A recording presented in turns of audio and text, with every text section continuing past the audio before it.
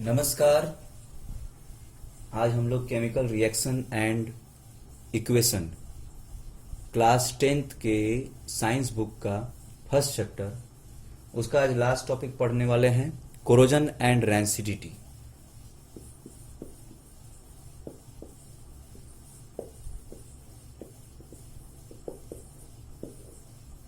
तो कोरोजन क्या होता है?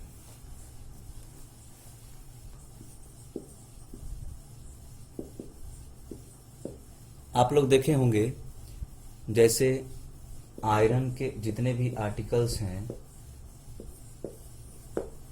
उन आर्टिकल्स में जो है कभी कभी जंग लग जाती है। जंग लग जाता है, उसका कलर चेंज हो जाता है, ब्राउनिश कलर का हो जाता है। तो ये जो प्रोसेस हुआ, जो ये आयरन है, ऐसा उसमें जंग क्यों लगा? क्योंकि उसमें एक रिएक्शन हुआ वाटर के प्रेजेंस में। In the presence of water वो ऑक्सीजन से रिएक्ट जब करता है, तो एटमॉस्फेरिक ऑक्सीजन से जब रिएक्ट करता है तो Fe2O3 बनाता है, जो कि जिसको हम लोग बोलते हैं रस्ट यानी कि जंग। ये वही जंग है। और कोरोजन ऑफ आयरन को हम लोग बोलते हैं रस्टिंग। तो ये प्रोसेस जो हुआ, आयरन ऑक्सीजन, एटमॉस्फेरिक ऑक्सीजन के साथ रिएक्ट करके आयरन ऑक्साइड बना रहा है, और ये जो वाटर मॉलिक्यूल्स हैं इसमें अटैच हो जाते हैं पॉइंट XH2O करके। तो ये जो प्रोसेस हुआ, इस प्रोसेस को बोलेंगे कोरोजन। इस प्रोसेस में होता क्या है, देखिए। कोरोजन एक्चुअली एक केमिकल रिएक्शन है और केमिकल चेंज है कोरोजन, जिसमें क्या होता है कि जो जैसे कोई भी एक मेटल है, जैसे ये एक मेटल है, इस मेटल का ऊपर का जो सरफेस है, वो सरफेस के जितने भी एटम्स हैं, जैसे ये अगर मान लीजिए कि ये आयरन है, इस आयरन के जो सरफेस एटम्स होंगे, सरफेस के जो मतलब कि एटम्स होंगे, वो जाकर के एटमॉस्फेरिक ऑक्सीजन के साथ मतलब कि रिएक्ट कर जाएंगे। वो एटमॉस्फेरिक ऑक्सीजन के साथ रिएक्ट कैसे करते हैं? वो उसके एटम्स एटमॉस्फेरिक ऑक्सीजन के साथ में रिएक्शन करने के लिए वहां से उठ करके तो नहीं आएंगे। इसके लिए क्या होता है, वाटर जो है, वाटर मॉलिक्यूल अगर रहता है मॉइस्चर, उस वाटर मॉलिक्यूल में ऑक्सीजन होता है, डिजॉल्व्ड ऑक्सीजन रहते हैं। तो जब भी कभी आप देखेंगे कि जो भी क्या बोलते हैं, आयरन है, आयरन यानी कि जो लोहा है, जिसको क्या बोलते हैं,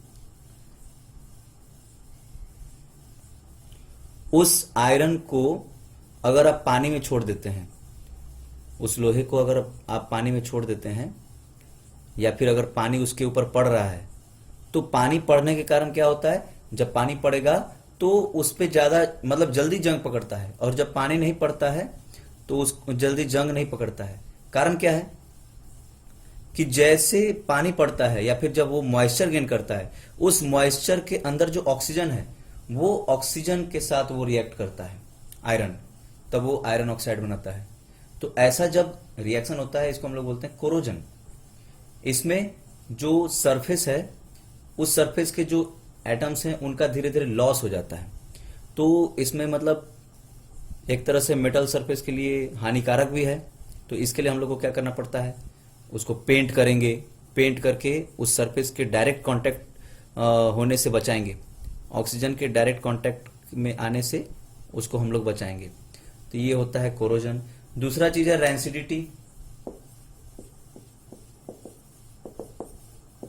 रैंसिडिटी का मतलब क्या होता है? रैंसिडिटी का मतलब होता है, जैसे आप कभी देखे होंगे कि जो भोजन है, सुबह का जो भोजन अगर शाम को खाया जाता है, या फिर शाम का, रात का जो भोजन है अगर हम लोग सुबह खाते हैं, तो थोड़ा सा उसमें स्मेल टाइप का आ जाता है। गर्मियों में बहुत जल्दी मतलब स्मेल आता है। इसका कारण है रैंसिडिटी। रैंसिडिटी में क्या होता है, वो जो भी भोजन है, वो उसके ऊपर जो माइक्रोब्स हैं अपना कुछ सेक्रेशन कर देते हैं, या फिर वो जो मतलब ऑयली और फैट कंटेनिंग जो मटेरियल होते हैं, फूड आइटम्स होते हैं, oil and fat containing food items, है ना, when get react with atmospheric oxygen, they produce foul smell. जब वो एटमॉस्फेरिक ऑक्सीजन के साथ रिएक्ट कर जाते हैं तो वो बहुत ही गंदा स्मेल प्रोड्यूस करते हैं। तो इस प्रोसेस को बोलते हैं रैंसिडिटी। और जो भोजन सड़ा टाइप का हो गया, थोड़ा सा स्मेल कर रहा है, उसको बोलते हैं रैंसिड, है ना। तो इसको बचाने के लिए हम लोग उसको क्या करते हैं, वहां पर हम लोग नाइट्रोजन गैस का यूज करते हैं, उसको फ्रिज में रखते हैं, फ्रिज वगैरह में रखते हैं, भोजन को फ्रिज में रखते हैं। आप देखे होंगे चिप्स के पैकेट्स वगैरह जो हैं उनमें हवा भरा रहता है, वो हवा नहीं रहता है, वो रहता है नाइट्रोजन। वो जो नाइट्रोजन है क्या करेगा, उसको रैंसिड होने से बचाएगा। तो ये रैंसिडिटी है। और रैंसिडिटी से बचाने के लिए हम लोग को क्या करना पड़ेगा, रेफ्रिजरेटर में रखना पड़ेगा या फिर उसको नाइट्रोजन से फ्लश करना पड़ेगा। तो ये सब प्रोसेस करने से जो है हम लोग रैंसिडिटी से बचा सकते हैं। तो ये हो गया आपका चैप्टर कंप्लीट। इसके बाद इसके कुछ क्वेश्चंस हैं।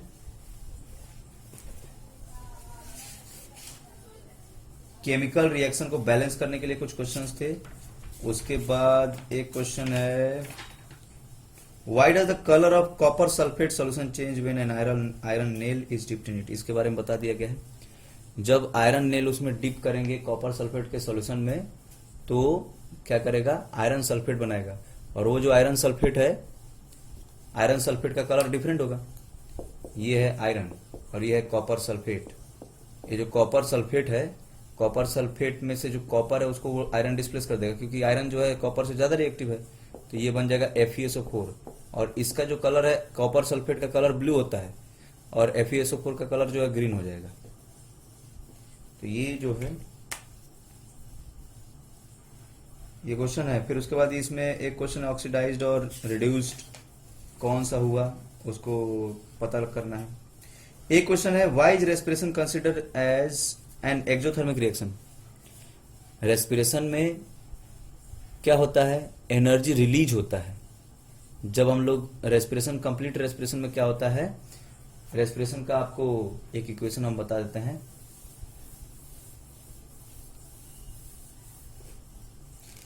जो ग्लूकोज है C6H12O6, उसके ऊपर ऑक्सीजन जब रिएक्शन, ऑक्सीजन जब उसके ऊपर एक्शन करेगा तो ये carbon dioxide plus water plus energy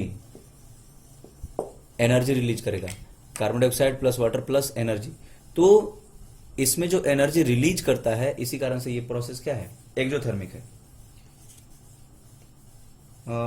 बाकी तो क्वेश्चंस जो हैं आपके केमिकल इक्वेशन को, बैलेंस्ड केमिकल इक्वेशन लिखना है तो इसको आप लोग करिएगा और समझ में आ जाएगा। अब ये डिस्प्लेसमेंट और डबल डिस्प्लेसमेंट में डिफरेंस पूछ रहा है।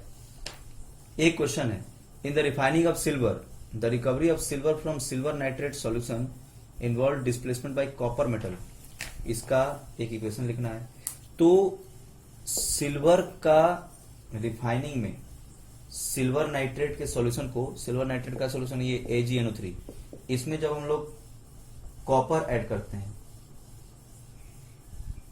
इसमें हम लोग कॉपर ऐड करेंगे तो क्या बनेगा, CuNO3 बन जाएगा और Ag अलग आ जाएगा, Ag सेपरेट हो जाएगा। ये जो CuNO3 है इसको बोलते हैं कॉपर नाइट्रेट, है ना, कॉपर नाइट्रेट। और ये सिल्वर नाइट्रेट है, सिल्वर नाइट्रेट सिल्वर से ज्यादा रिएक्टिव है कॉपर, इसलिए कॉपर क्या करेगा, उस सिल्वर को डिस्प्लेस कर देगा और सिल्वर अलग हो जाएगा Ag और कॉपर नाइट्रेट अलग हो जाएगा। तो ये सब कुछ क्वेश्चंस हैं, बाकी ठीक है।